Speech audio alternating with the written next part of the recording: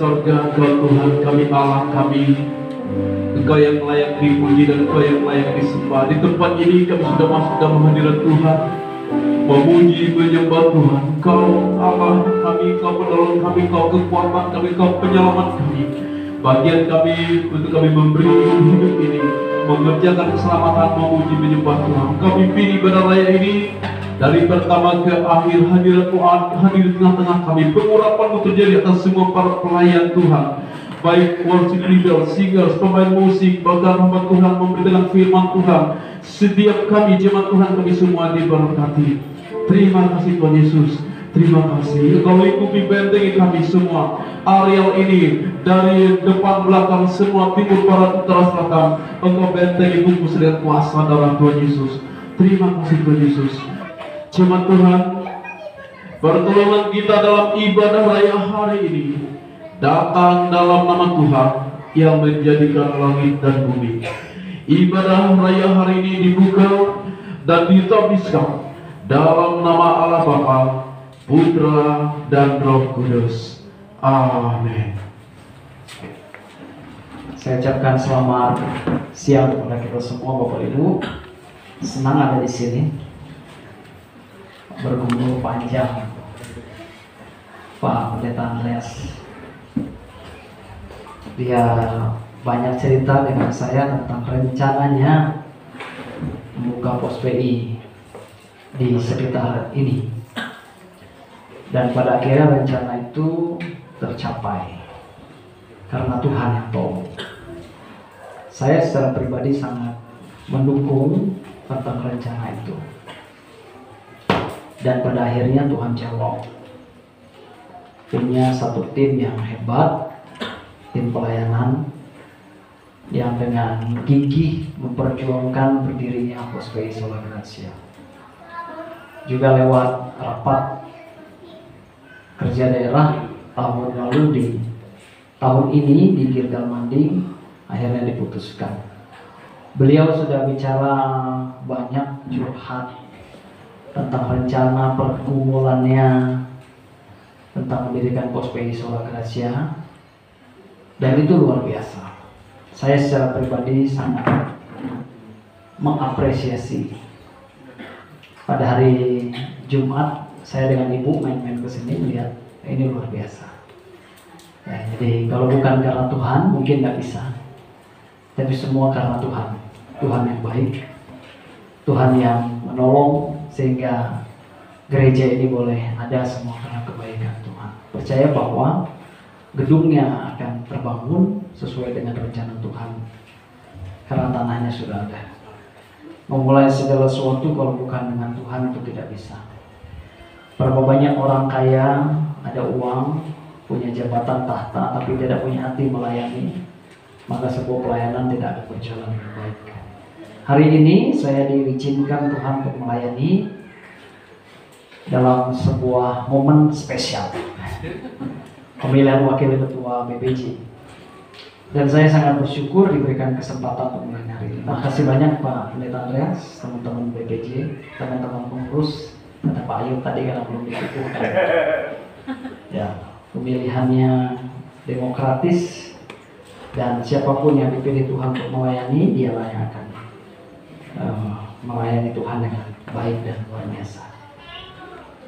Bapak Ibu yang terkasih di dalam Tuhan Yesus Kristus, kita mau berbicara tentang satu tema setia dan bertanggung jawab. Sebuah tema yang menurut saya luar biasa karena memang tema ini kita renungkan dari Injil Matius pasal yang ke-25 ayat yang ke-23. Bapak Ibu silakan buka Alkitab. Injil Matius pasal 25 ayat yang ke-23 tentang setia dan bertanggung jawab. Bicara tentang setia dan bertanggung jawab, semua orang bisa untuk mengatakannya tapi sulit mempraktekkannya, gitu ya. Oh, saya mau setia, bertanggung jawab. Mengatakannya bisa, tetapi mempraktekkannya itu yang sulit. Karena cari orang setia hari ini sulit, cari orang juga bertanggung jawab sulit. Tapi sebaliknya Bapak Ibu mau cari orang pintar itu mudah, Cari orang pintar juga banyak. Kalau pilkada kemarin tanggal 9, banyak orang yang bukan hanya pintar, tapi pintar. Itu beda ya. Pintar dengan pintar berbeda. Dia main kaki 1, kaki 2, kaki 3, kaki 4. Nah, itu pintar ya. Tapi saya percaya jemaat Sola Gracia bukan pintar, tapi hanya pintar. Orang politik itu bicara begitu. Jangan hanya pintar, tidak cukup, tapi harus pintar. Cari orang kaya banyak, dan cari orang yang belagak kaya juga ada. Tapi cari orang yang setia dan bertanggung jawab itu nggak mudah, Bapak Ibu. Cari orang yang setia dan bertanggung jawab itu nggak mudah. Mari kita belajar Alkitab ini dalam Injil Matius 25 ayat yang ke-23, demikian firman Tuhan. Maka kata tuannya itu kepadanya, baik sekali perbuatanmu itu, hai hambaku yang baik dan setia. Engkau telah setia memikul tanggung jawab dalam perkara yang kecil, aku akan memberikan kepadamu tanggung jawab dalam perkara yang besar. Masuklah dan turutlah dalam kebahagiaan Tuhanmu. Masuklah dan turutlah dalam kebahagiaan Tuhanmu. Ternyata hamba yang menerima talenta ini dan berhasil mengembangkannya, Tuhan berikan apresiasi, dan apresiasinya dicatat dalam ayat yang ke-23. Maka kata tuannya itu kepadanya, baik sekali perbuatanmu itu, hai hambaku yang baik dan setia. Alkitab bilang hambaku yang baik dan setia. Setelah diberikan apresiasi tentang hamba yang baik dan setia itu, di dalam kalimat selanjutnya dikatakan, engkau telah setia memikul tanggung jawab dalam perkara kecil, aku akan memberikan kepadamu tanggung jawab dalam perkara yang besar. Jadi kata tanggung jawab diulangi 2 kali, dan Alkitab bilang tanggung jawab dalam perkara kecil, dan aku akan memberikan kepadamu tanggung jawab dalam perkara yang besar. Oleh karenanya saya mengangkat tema dari 2 kata setia dan bertanggung jawab ini, supaya kita sama-sama merenungkannya. Mari kita melihat bahwa orang yang setia dan bertanggung jawab adalah orang yang dicari oleh Tuhan saat ini. Tadi sudah saya katakan, cari orang kaya banyak, orang yang belagak kaya juga ada. Cari orang pintar banyak, cari orang yang pintar juga ada. Cari orang tampan, orang ganteng, orang cantik banyak, mudah ditemukan. Tapi di manakah orang setia dan bertanggung jawab? Dan itulah yang Tuhan cari hari ini. Waktu hamba ini ditemukan bahwa dia berhasil mengembangkan talenta itu, dan dia katakan, baik sekali pekerjaanmu, hai hambaku yang baik dan setia. Engkau setia dalam perkara kecil, aku akan memberikan kepadamu tanggung jawab dalam perkara yang lebih besar. Ibu bapak yang terkasih di dalam Tuhan Yesus Kristus, mari kita melihat tentang apakah berkat yang Allah berikan bagi mereka yang setia dan bertanggung jawab. Apakah berkat yang kita terima bagi mereka yang setia dan bertanggung jawab? Berkat yang pertama adalah memiliki kebahagiaan. Alkitab mencatat memiliki kebahagiaan di dalam ayat yang ke-23, di kalimat yang terakhir dikatakan, masuklah dan turutlah dalam kebahagiaan Tuhanmu, katanya. Masuklah dan turutlah dalam kebahagiaan Tuhanmu. Itu poin yang pertama. Berarti hamba yang setia itu memiliki kebahagiaan dan diminta untuk menikmati kebahagiaan. Tapi kebahagiaan itu bukan kebahagiaan dari luar. Kebahagiaan itu harus dari dalam. Kebahagiaan yang dari dalam keluar. Dan pada akhirnya kebahagiaan itu dinikmati oleh banyak orang. Kebahagiaan itu harus meluap.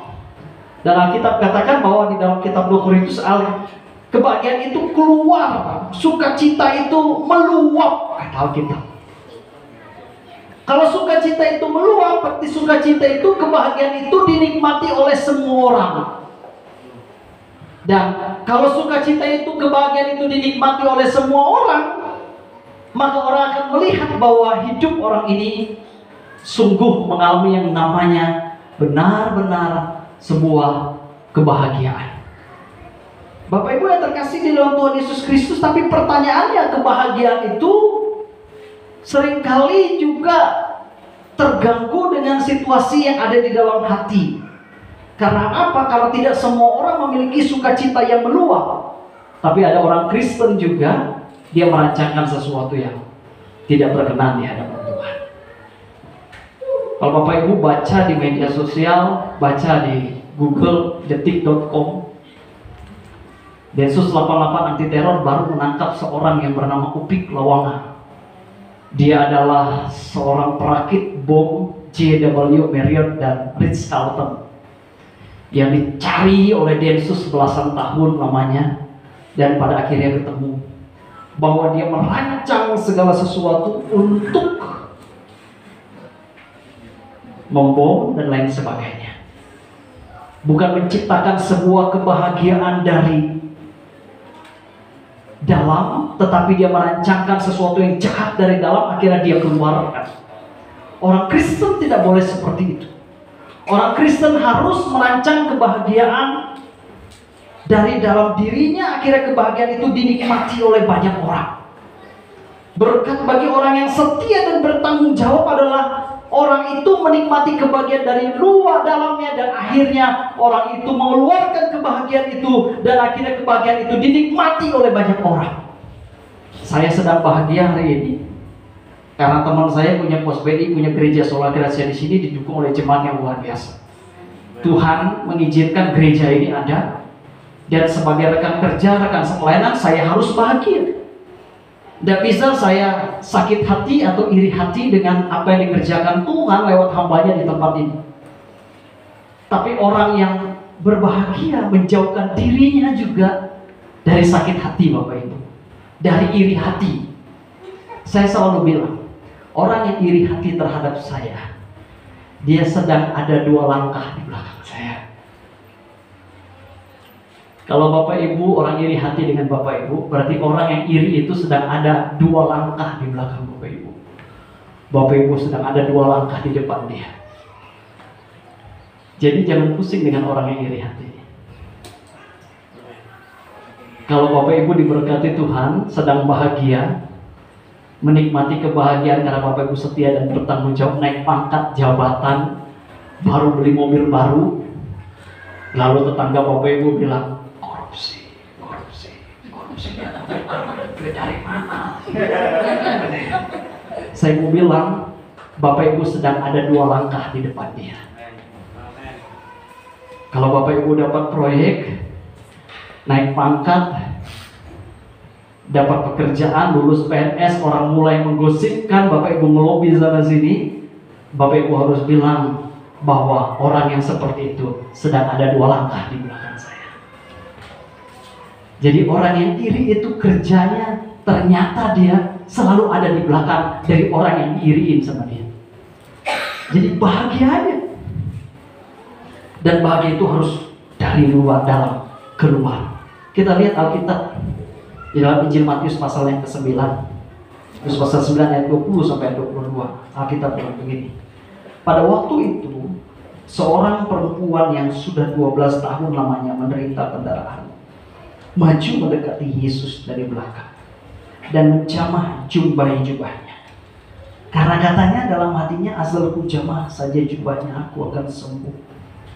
Tetapi Yesus berpaling dan memandang dia serta berkata, teguhkanlah hatimu, hai anakku, imanmu telah menyelamatkan engkau.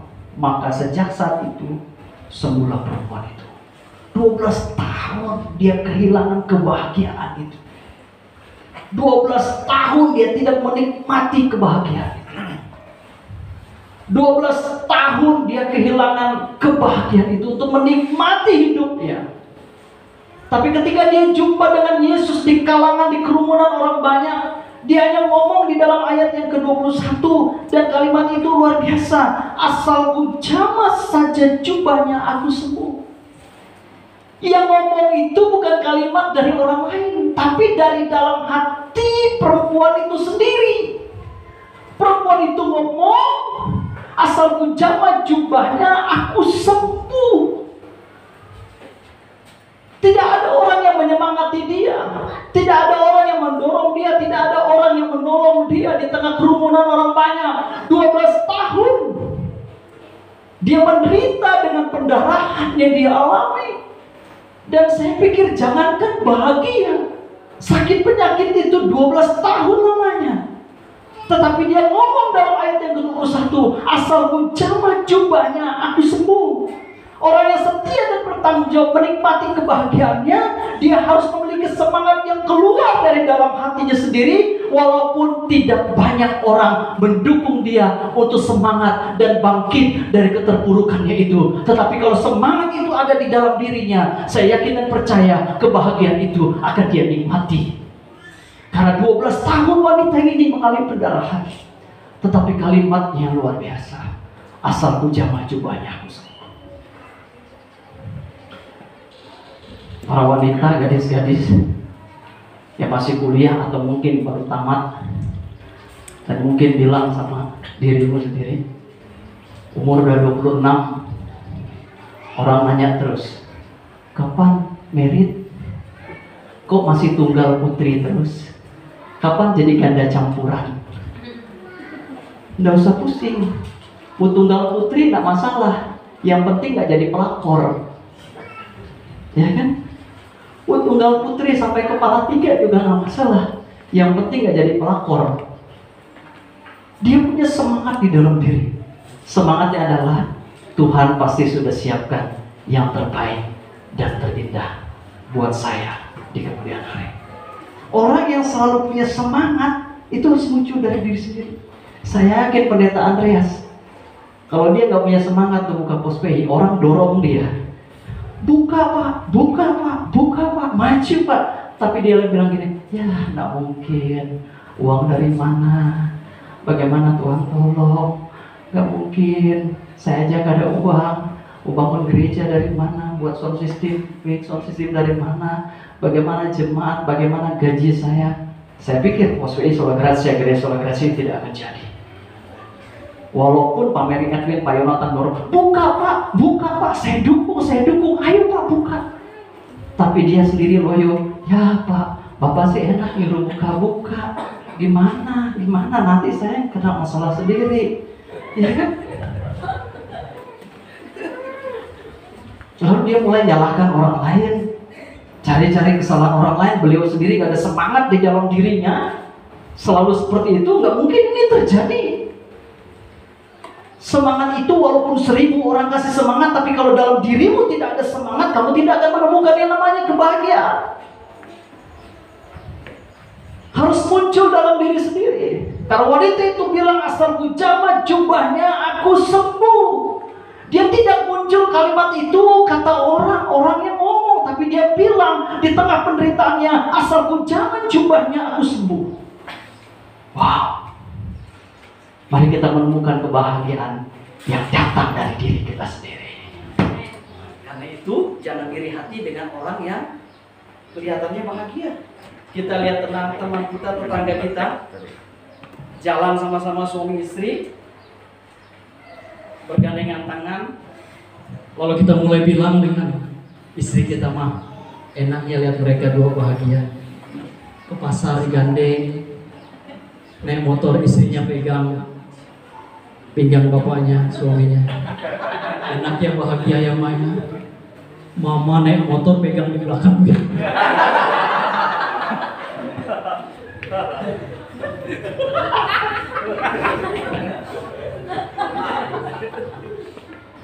Disuruh pegang, pegang dulu. Malu. Kanan tegang gitu, korek. Bapak Ibu yang terkasih di dalam Tuhan Yesus Kristus, saya mau katakan bahwa kebahagiaan itu harus muncul dalam kita. Poin yang kedua yang saya mau sampaikan buat kita. Apakah berkat yang diterima oleh hamba yang baik dan setia? Berkatnya adalah mendapat kepercayaan lebih besar. Dalam ayat yang ke-21 dikatakan demikian. Injil Matius pasal 25 ayat yang ke-21 dan 23 sampai 23. Demikian firman Tuhan. Lalu datanglah hamba yang menerima 2 talenta itu, katanya, Tuan, ayat 21, maka kata tuannya itu padanya, baik sekali perbuatanmu itu, hai hambaku yang baik dan setia. Engkau telah setia dalam perkara kecil, aku akan memberikan kepadamu tanggung jawab dalam perkara yang besar. Masuklah dan turutilah dalam kebahagiaan Tuhanmu. Ayat 23 tadi yang sudah saya baca dan saya hanya baca ayat 22. Lalu datanglah hamba yang menerima 2 talenta itu, katanya, Tuan, 2 talenta Tuhan percayakan kepadaku. Lihatlah, aku telah beroleh laba 2 talenta. Berkat bagi orang hamba yang baik, setia dan bertanggung jawab adalah mendapat kepercayaan yang lebih besar. Ayat 21 dengan jelas mengatakan, aku akan memberikan kepadamu tanggung jawab dalam perkara yang besar. Tanggung jawab dalam perkara yang besar itu berbicara tentang integritas yang menjadi dasar untuk kita melakukan tanggung jawab yang lebih besar. Integritas itu, tanda orang memiliki integritas itu adalah 3 hal. Yang pertama, melakukan apa yang dikatakan. Yang kedua, hidup dengan prinsip yang benar. Dan yang ketiga, hidup dalam hubungan yang benar.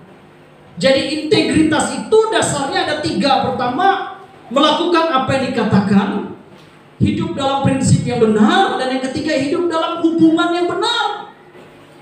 Matius pasal yang ke-5 ayat 37 dikatakan demikian, jika ya hendaklah kamu katakan ya, jika tidak hendaklah kamu katakan tidak, apa yang lebih daripada itu berasal dari si jahat. Jadi melakukan apa yang dikatakan, itulah orang yang punya integritas. Tapi kalau dia tidak melakukan apa yang dikatakan, dia tidak punya integritas. Menjadi wakil gembala, menjadi majelis gereja, dia harus punya integritas. Melakukan apa yang dikatakan. Tidak suka berbohong, jujur, punya integritas, dia melakukan apa yang dikatakan. Itu saat terjemahan saya. Dan yang kedua, hidup dengan prinsip yang benar. Efesus pasal 4 ayat 14-15 bilang gini, sehingga kita bukan lagi anak-anak yang diombang-ambingkan oleh rupa-rupa angin pengajaran, oleh permainan palsu manusia dalam kelicikan mereka yang menyesatkan, tetapi dengan teguh berpegang kepada kebenaran. Di dalam kasih kita bertumbuh di dalam segala hal ke arah Dia, Kristus yang adalah kepala. Jadi orang yang punya prinsip yang benar tidak mudah diombang-ambingkan oleh angin-angin pengajaran. Orang yang punya prinsip yang benar tidak bergantung dari suasana hati. Orang yang punya prinsip yang benar jadi jemaat, punya loyalitas yang tinggi. Jangan jadi jemaat yang kecewa sedikit dengan gembala, kecewa sedikit dengan pengurus, lalu mulai bilang, pindah gereja, gembala mengecewakan. Saya bilang dengan pendeta Andreas, hati-hati Pak melayani jemaat yang baru bergabung. Jangan sampai mereka sedikit saja sakit hati karena Bapak terlambat mengunjungi 1 jam terlambat. Orang yang punya prinsip yang benar, walaupun yang terjadi, apapun yang terjadi, sakit, mengecewakan, dan apapun yang terjadi, dia tidak akan lari dari jemaat GKI Sola Kasih. Amin. Jadi punya prinsip yang benar. Dia tidak jadi jemaat yang jemaat jalan-jalan, pindah sana pindah sini, tapi dia jadi jemaat yang setia. Air mata saya pertama merintis di sini, sampai tua saya pensiun ada di jemaat ini. Amen. Karena gembala itu manusia juga, kadang-kadang bisa mengecewakan Bapak Ibu. HB London Junior bilang begini dalam tulisannya, sebagai gembala jangan engkau terjebak dalam permainan kesempurnaan. Kalau engkau masuk ke dalam permainan kesempurnaan, kalau engkau akan menjadi gembala yang selalu dituntut untuk bermain sempurna, maka engkau akan menjadi gembala yang ditemukan banyak kekurangan di dalam kekurangan dalam diri. Engkau tidak boleh terjebak ke dalam permainan kesempurnaan. Karena setiap gembala gak bisa memuaskan seluruh hasrat keinginan jemaat, selalu ada kekurangannya. Tapi jadilah jemaat, jangan hanya melihat sisi kekurangan gembala, tapi lihatlah sisi kelebihan gembala. Jemaat yang punya prinsip yang benar adalah, walaupun gembala saya punya kekurangan, tapi dia setia menyebut nama saya di dalam doa. Sehingga Natal nanti ada segar sari yang datang.